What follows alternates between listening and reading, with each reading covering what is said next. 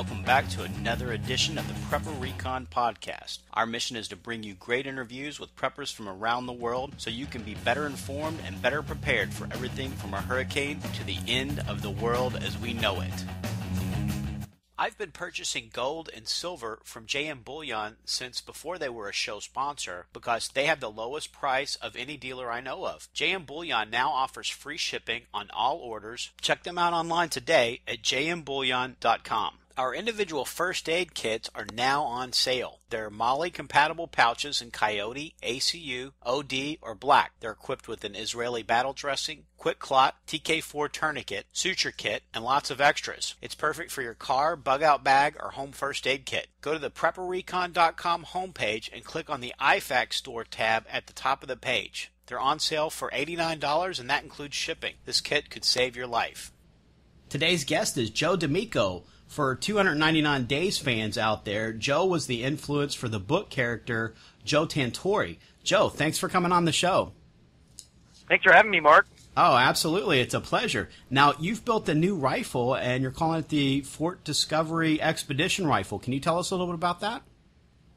You bet. Yeah, we're putting out a new rifle. It's called the Expedition Rifle, and it's basically got a platform, AR platform, and it's built on Daniel Defense bolt carrier groups and barrels, and it's a nice looking rifle.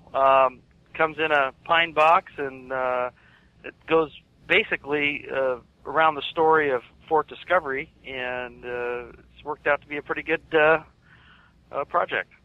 Very cool. Very cool. Now, are those going to be available online, or do you have any distributors that are selling them that they can buy them online and have them shipped to their local firearms license dealer? The dealers, yeah. Uh-huh. You can get them direct from us. Okay. So people can call in and they can get a hold of us. And I'll just throw the number out there right now. It's 877-876-4750. And or they can go to our website. It's all lowercase one word, fortdiscoveryusa.com, and they can take a look there and just give us a call here, because we're not only a manufacturer, but we're also an FFL, so we can ship direct to whoever. I think we have to ship them to another FFL if somebody has an FFL in their town, if they're not local to Washington State. Cool. Yeah, I saw the picture of it. It is a beautiful rifle. It looks like a very well-built, high-end rifle that you can just get it right out of the box, and you don't have to take it and have it all Barbie dolled up. Yeah, and that's kind of what was our intention behind this, the whole the building our own rifle. And just to back up a little bit, one of the reasons we did it was because there was this big, rush on rifles, 2 years ago, when everybody and their brother was trying to get rifles, and we were doing the same thing for our security folks, and we said, well, what the heck here? We can't get any rifles. Well, let's build our own. And so then we started down that road of building our own rifles, which. And then we wanted to, and that's when you see this rifle that's so unique and built in the United States, and all the parts are U.S. made, and when you see this pine box and the Rally Point coin that comes with it, and we can go into that in a little bit, but it truly is, I consider it a piece of art. So, but it's comes with also comes with, I should mention. A couple of mags, which most guns nowadays come with one, and we've got a bag that comes with it. It's a lock sack bag that the rifle fits in, so it can be buried in a person's yard or stored somewhere, or on a boat to keep the moisture out that comes with it. And then, of course, the coin, which is has a matching serial number on the coin with the rally point coordinates on it. That go with the gun. And then tell us a little bit about that coin. Does it get me into some kind of a club? What can I do with that Rally Point coin? Well, the coin, the the whole theory behind the expedition rifle was, we can talk about the historical background of Fort Discovery, but the actual coin or the receiver on the gun, they both have the rally point coordinates. And basically, when we came up with the idea behind the gun is not only do we want to produce a gun, we want to produce this gun that will allow people access to our facility. We have a really remote facility. It's got water, we've got ranges, we've got, of course, we do our manufacturing, assembling of the gun here, and we have lots of ammo, and it's a really remote area. So we thought, well, if something were to happen, whether it's some kind of government collapse, we've got a 9.0 earthquake in the Pacific Northwest, somebody would have a place to go, and they would get access to this if they bought our rifle. So if they show up at the main gate of our facility, our security officer would verify either by them showing us the actual rifle, which we would verify by the serial number, and or if they had the coin. And the whole coin concept came about because there's some places you just can't take your rifle. For instance, you're on a commuter plane from Seattle to Portland, and something goes down. Well, you could escape and have that coin in your pocket, punch in those coordinates on that coin, and then show us the coin here at the facility, and that would also allow you access into our facility. Wow, that's a very valuable asset to have. That's probably one of the best insurance policies I've heard of lately. Yeah, and we really, the coin is it's so beautiful. It's just hard to explain unless you go online and take a look at it. But it's got the ship, the HMS Discovery, on the front of it, which is the unity of effort, and then the date that Captain Vancouver actually landed at our facility, which was May 2nd, 1792, and then it has the rally point on the bottom of it. But then when you flip it over, that's where it really has the GPS coordinates on how to get here, and it will take you right out onto this overlooks Discovery Bay, and next to our 82-foot wooden white flagpole. It's about 15 feet from that, and so it's a great thing to have. And we have a lot of people that come here, and we sell other guns. We sell Colts and Bushmaster and all that stuff in our gun store. And people come, and then they go along, and they kind of come along our rifle, and they go, well, what's this? What's that? And we start telling them about the rifle, and then we start telling them about the story. And then once we tell them the story, people are sold on that and wanting to get a piece of that, to have that both as a safety feature or to put them in their kits for a place to come and be with like-minded people. And what's the historical significance of Fort Discovery? And does it have a good defendable layout? Yes, yeah, it does. It's the whole the portion of the one side of Fort Discovery is protected by shoreline, and it's got good visibility. And then it's got a kind of goes all the way up to about 2,000 feet. So it's got an overlook on it, and freshwater stream that comes through here. Clams and oysters on the beach. You got salmon, shrimp, all the way, to wildlife and deer and all the other creatures that are out here in the Pacific Northwest. So it's got a lot of nice protected area. It's not like in a residential area at all. It's more of a mountainous area. And if somebody were to look at, Google Discovery Bay and look at the Discovery Bay, Washington. There is another Discovery Bay in California, but Discovery Bay, Washington, and look on the western shores. You could see where there's not a lot of homes and stuff out here. as far as the historical background, it really does come back to May 2nd, 1792, when two tall ships, the Discovery, hence why the Discovery Bay is named Discovery Bay, but the Clatham was also the second ship, and they both came in and landed here in 1792 and had about 200 men on both ships. And so they landed here because they also felt that it was a sheltered cove and it had fresh water, and they resupplied for 20 days. And at the time they had, I think it was 20 to 50 British Royal Marines that actually came off of the ships and actually set up an encampment and a perimeter. They were at the time worried about the Indians attacking them while they were here exploring the Pacific Northwest. So they had this encampment set up here, and they actually befriended the Indians, and the Indians came over and traded them venison, and I don't know what they gave back in return. But they stayed here and kind of explored in and around the Puget Sound while they made some repairs to their ship, and actually made beer here as well. So it wasn't all that bad. Maybe that's what they traded the Indians for, the venison.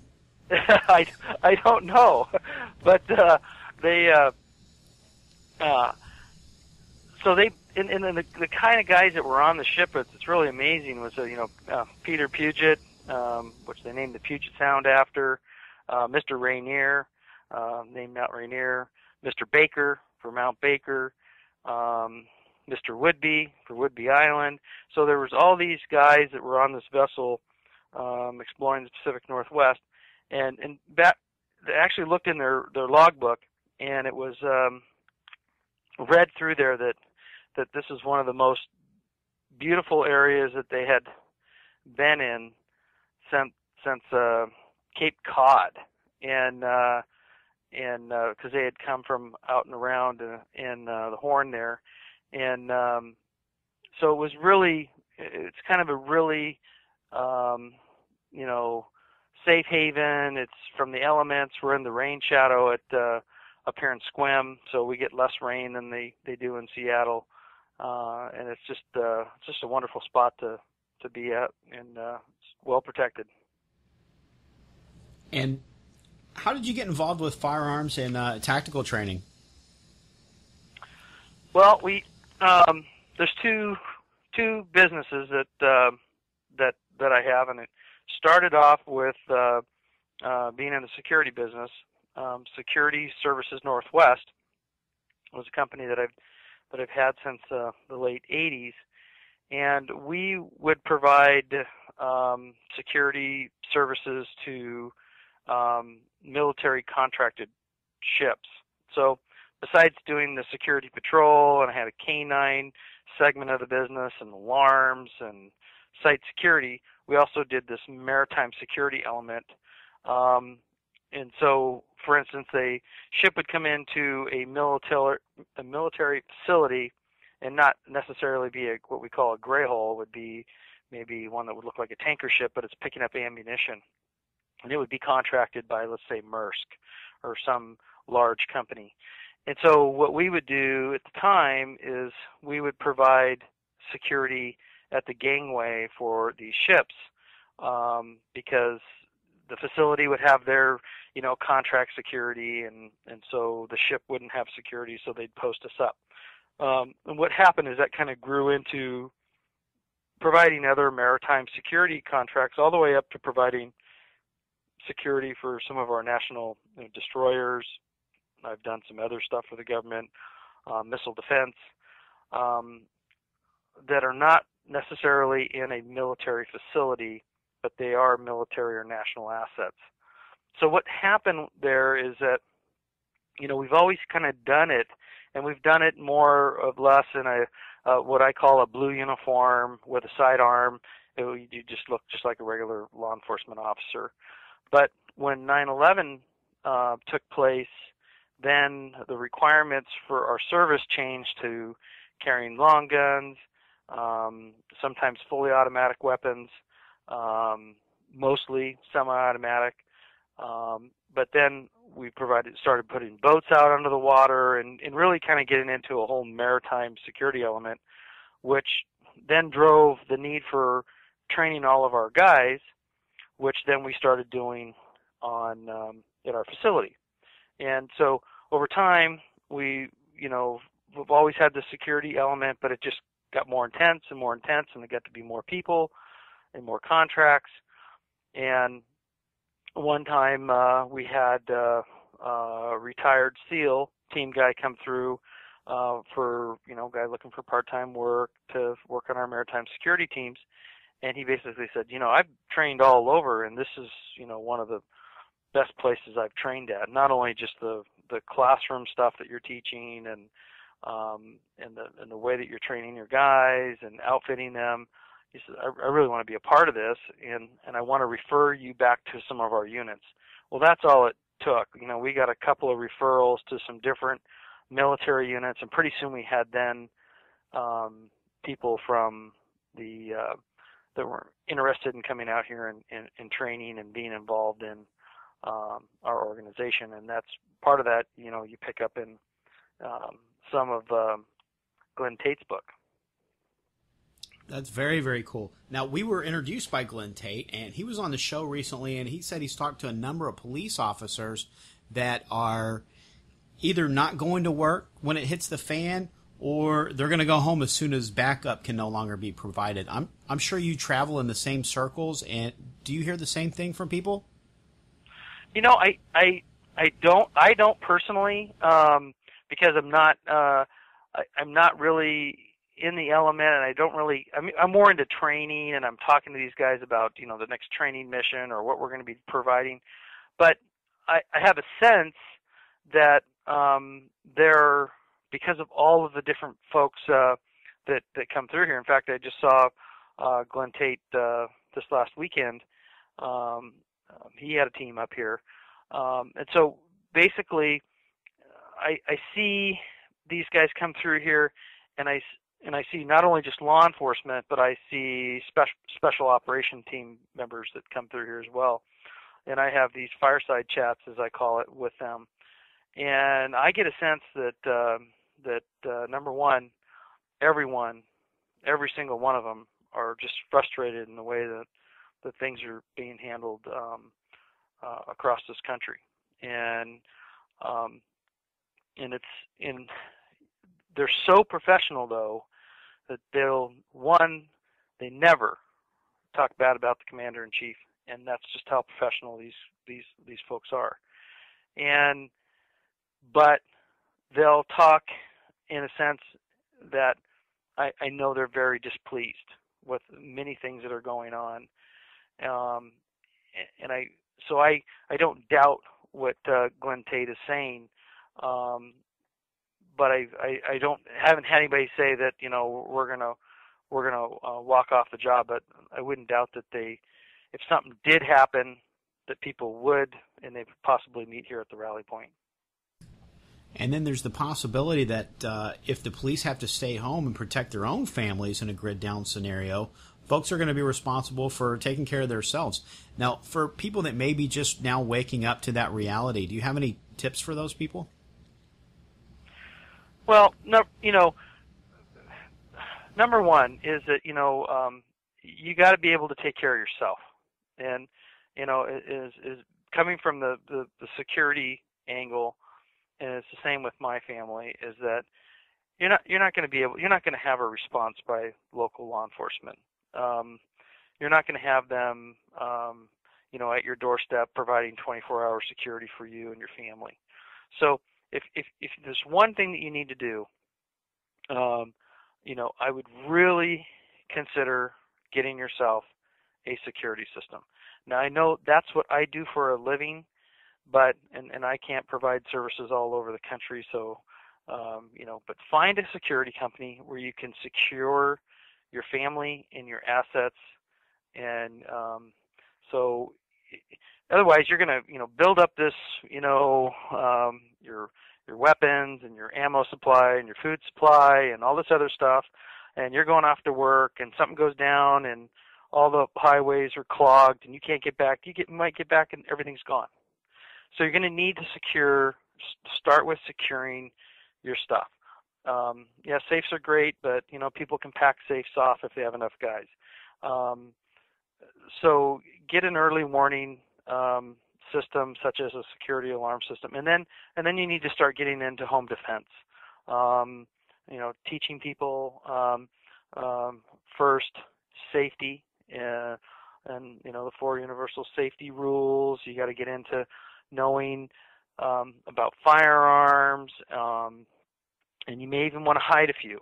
What I mean by that is, you got everybody's got their traditional, man cave safe, and got all their guns in there, and well, that's great, but you might want to take your Fort Discovery expedition rifle that you got buried in your backyard with 1,000 rounds somewhere else that no one would ever look. So I would look at stuff like that, and the same with your supplies. Have a place where you can have them, but don't have them all in one spot. Maybe have some somewhere else, or some stashed in your garage if you're stashing most of your stuff in your house. But you need to be able to protect yourself as the bottom line, and be able to defend yourself, because if there's any kind of a disaster or whatnot, and law enforcement's not going to be there. And you're exactly right, Mark. Their friends and the other cops are going to be protecting their families, and they're going to be at their places as long as they can, and then they're going to be looking for a place to go. Well, I think that's great advice. The diversification, that works. Now, right. A lot of jobs are going to disappear if we suffer an economic collapse. I'm not sure if you're familiar with Verfall, but he's been on our show a couple of times, and he survived the currency collapse in Argentina. And one of the things he told me was that there was never a shortage of security jobs after the currency collapse in Argentina. Do you think that field will still be a big job opportunity in a post-apocalyptic America? I think so, because you're going to have those that have. You're going to have the billionaires, you're going to have the multimillionaires, and they are going to have the money to get protection, and they're going to want protection, and they're going to pay for protection. Out of the 25 plus years I've been in this business, my business grows every year. Every year it grows. I get into more things. I'm doing more things. I'm doing more of the same thing that I used to do. Now, certain segments of the business have gone down, like with the housing market. Then, we didn't sell as many security systems. But then site security was up, because now the commodities are up and people are ripping wire out of buildings. We're talking empty buildings in Seattle where a guy hasn't been there for a week and it's for lease, and he shows up and every piece of wiring in the whole building's gone. And so there's $100,000 worth of damage, because people are out trying to find ways to make money. And since copper and brass and all these other things are up right now in price, people are out trying to steal that kind of stuff. I had another guy that had a house. He had beautiful house, multi-million-dollar house. I'm going to say multi-million. I say $10 million house. Copper gutters. Copper gutters were stolen off the house.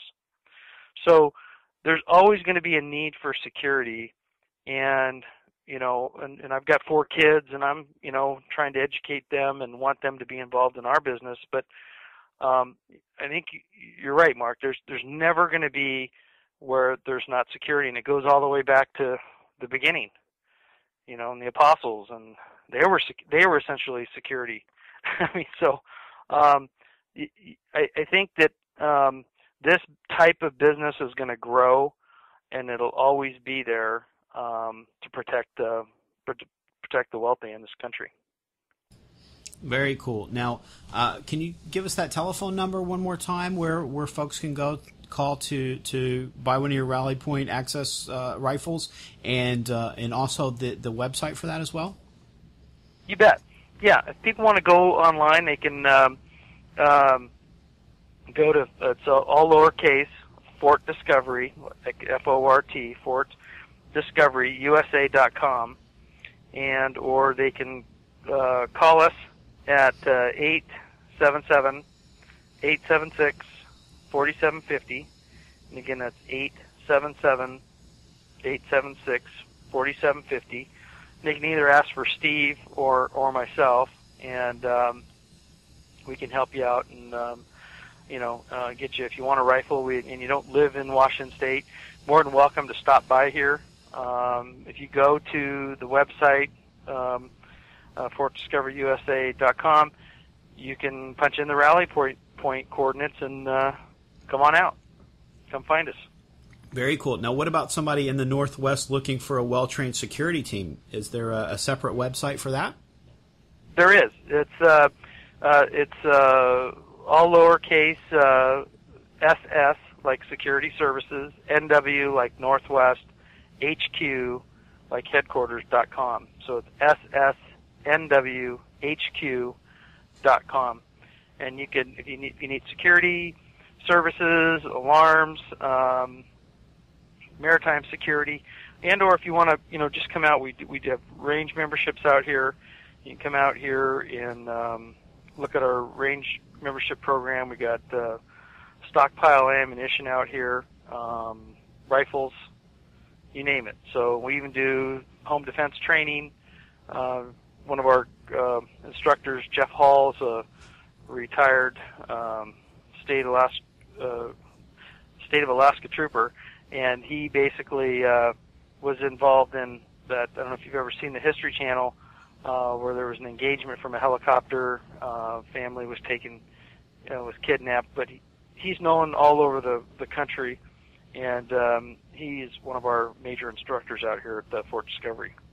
Very cool. And then that's the same website for the accountant that's listening to today's show and thinking that his job might not be that secure if there's an economic collapse, so he wants to get trained for security for sort of a plan B for a income-producing job.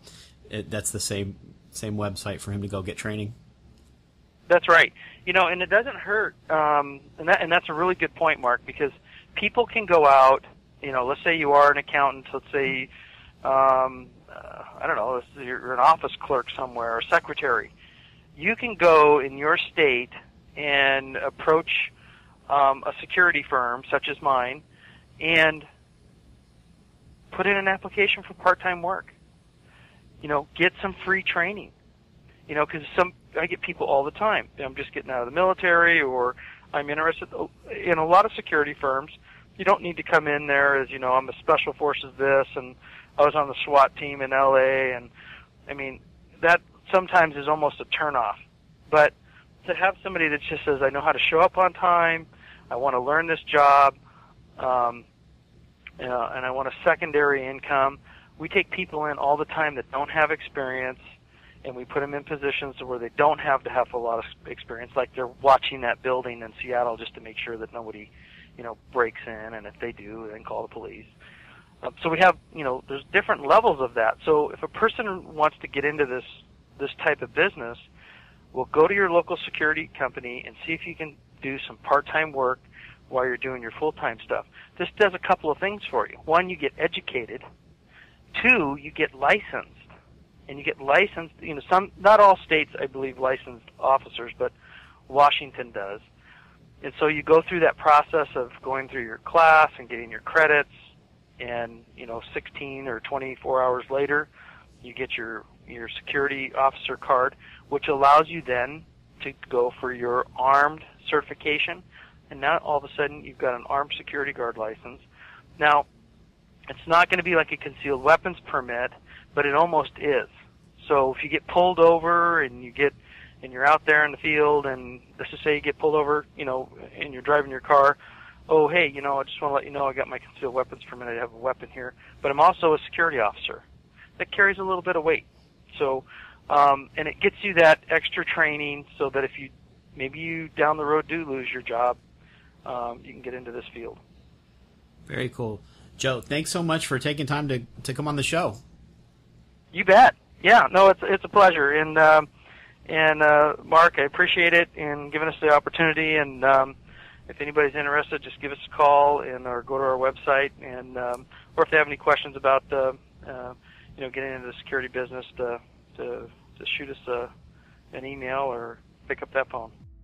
American Reset, the long-awaited conclusion of the Economic Collapse Chronicles, is now available. In Book 3, the ultimate contest between liberty and tyranny reaches the apex. The Bear family and their neighbors fight to survive the fallout of the meltdown and cling to the principles in the Constitution. Will the collapse bring an oppressive regime that enslaves the American people, or will the patriots prevail and guide the country back to freedom, peace, and prosperity? Get your copy in Kindle, audio, or paperback on Amazon today.